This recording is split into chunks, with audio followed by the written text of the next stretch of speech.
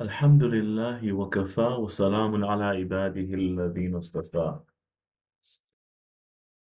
Alhamdulillah, a delegation from Wifaq al-Ulama recently went to Tumair in Saudi Arabia, a place that frequently reports sightings of the moon that bewilders both astronomers and experienced sighters throughout the world. This is what we found in June 2023.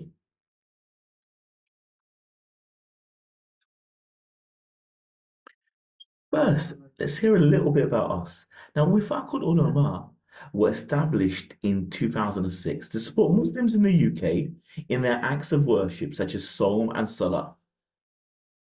As part of our efforts to achieve this, we created an international network which includes moon sighting organizations from New Zealand, Australia, India, Tanzania, Nigeria, Mauritius, Reunion, Spain, Morocco, Zambia, South Africa, North America, Chile, Panama, and Trinidad, amongst other countries.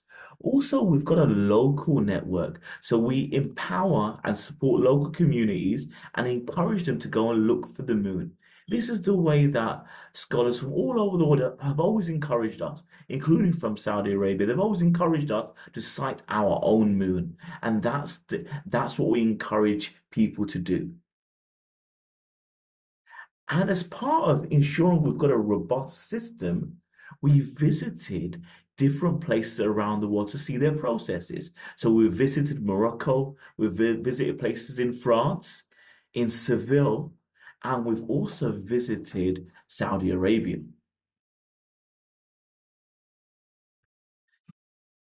After all these reports that we received from international places, from our group, our network, internationally, and also local scientists, we've found that observations align with astronomical predictions 99% of the time. The only exception to this has been in Saudi Arabia, where year on year, month on month, their observations have not been in line with astronomical predictions. They've given many explanations for this, and lots of people have made excuses, saying that some say the desert has clearer skies. Others have said that they've got highly experienced observers. And there's been other explanations too. So we need to investigate further so that we can ensure that we've got a system that works. Maybe there's things that we could learn from the process in Saudi Arabia. So Wifaq ulama collaborated with astronomical societies in Mecca and in Medina throughout the years. 2009, 2010, and 2011, we worked with the Astronomical Society in Mecca to sight the moon. And in Medina, both in 2012 and 2023, we tried to sight the moon with the Medinan Astronomical Society. There, people had powerful telescopes, yet they never sighted the moon with those telescopes. But despite them not seeing it, there were moon sighting claims coming from specific observers in two places that were quite remote, in Sudair and in Tumair. So we had to investigate further and look into this. So we had the wonderful opportunity in 2023 to join the experienced observers in Tumair. We were happy to see this firsthand with open minds as guests of the observers and guests of famous Arab hospitality. We look forward to seeing this. We were guests of the Al Barghash family, a family that had moon sighting in its blood. We visited their date farms and spent some time with them. So we were there and we arrived at the place of the sighting at the location at 5 p.m. This is an hour and 15 minutes before sunset. There were lots of people present. There were astronomers there with telescopes. There were other people that were there. And there were also people that were there to verify sighting. They weren't on the deck. They were in a lower location, in the basement. And what we found, we observed the sky in the desert. Those theories of the desert skies being clear were disproven. The videos show very poor visibility.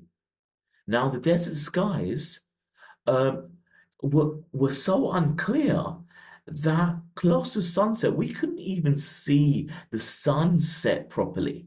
So, so in terms of the sighting, we were very surprised when two observers claimed sighting before even the sunset. The, the delegation didn't see the sighting of the moon. The others, the 40 odd people who were there, didn't see it. The astronomers with telescopes didn't see it either. Yet two very experienced observers claimed to sight the moon. And public announcements of the moon sighting were made on the media before even they had testified to the judge. And reports were made on Twitter at 6:57 p.m. and 6:58 p.m. Now, what's important to understand was that the mission wasn't there to criticize anyone or the government. We were there to understand the process. In the same way we visited Morocco and saw the process firsthand there, in the same way we worked with the Astronomical Society in France to see their process and the one in Spain, we wanted to understand it in Saudi. It was always confusing for many others. So having that opportunity was fantastic. Obviously, we have no jurisdiction over the Saudi government, yet we thought we could learn from their system. So we wanted to evaluate this system against our own standards. Now, what we found was the the sighting um, didn't was not as robust as we'd seen elsewhere. When we spoke to the observer, we found the observer's moon description and the shape of the moon they described was was very different to what we expected. And we also found that the official testimony did not come before the public announcements. And that was quite strange because other places we had seen, like in Morocco, before any announcements, the judge would have to approve the testimony. And this seemed to be the way that's mentioned in the books of jurisprudence. However, Saudi appeared to have a different procedure and a different protocol. So what did we find?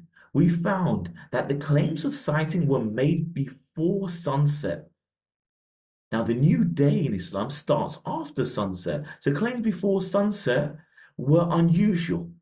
Now, announcements were made via the media before any testimony were made before a qadi. Naked eye sightings took place by two men. Yet 40 others who were present could not see the moon either by telescope or neither through binoculars. And that concludes our fact-finding mission to Tumair, Saudi Arabia.